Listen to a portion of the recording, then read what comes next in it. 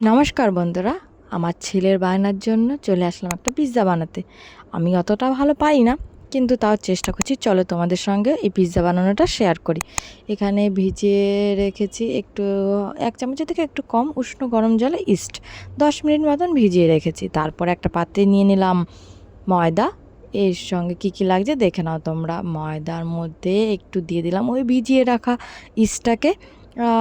তারপরে দিয়ে দেবো এর মধ্যে একটু লবণ, তার মধ্যে দেব একটু চিনি, তারপরে দেব একটু দই।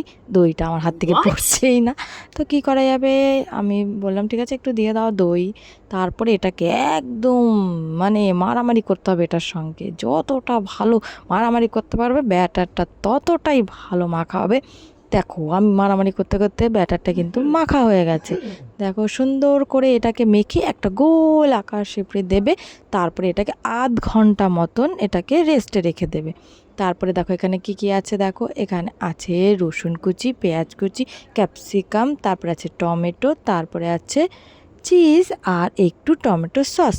দেখো এই ময়দাটাকে কিন্তু আমি বেলিনি, হাতে একদম টেনে টেনে টেনে টেনে একদম সুন্দর করে প্লেটের সাইজে করে নিয়েছি। তারপরে একটু কাঁটা চামচ দিয়ে ওটাকে ছুদ্র করে নিয়েছি, যাতে এটা একদম ফুলে ফেপে না ওঠে, ওই কারণে। তারপরে দিয়ে দিলাম একটু টমেটো সস। আমার কাছে পিৎজা সস ছিল না, এর জন্য একটু রসুন কুচি একটু পেঁয়াজ কুচি দিয়ে দিলাম তার উপরে, যাতে একটু খেতে পিৎজা সসের মতন লাগে।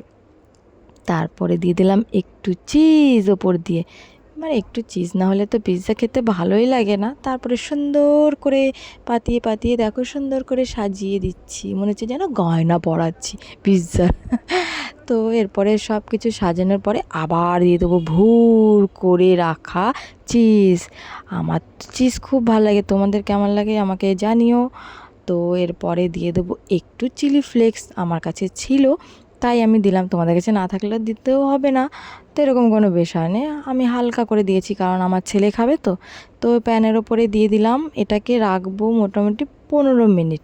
15 মিনিট ঢেকে রাখার পরে দেখো কি সুন্দর হয়েছে না, খুবই সুন্দর, খেতেও ততটাই ভালো হয়েছে। তোমরা ট্রাই করো আর আমার চ্যানেল করো, অয়ন খেয়ে বলবে কিরকম হয়েছে।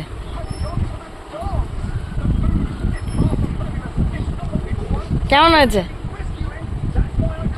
ও মুখে বলো, মুখে।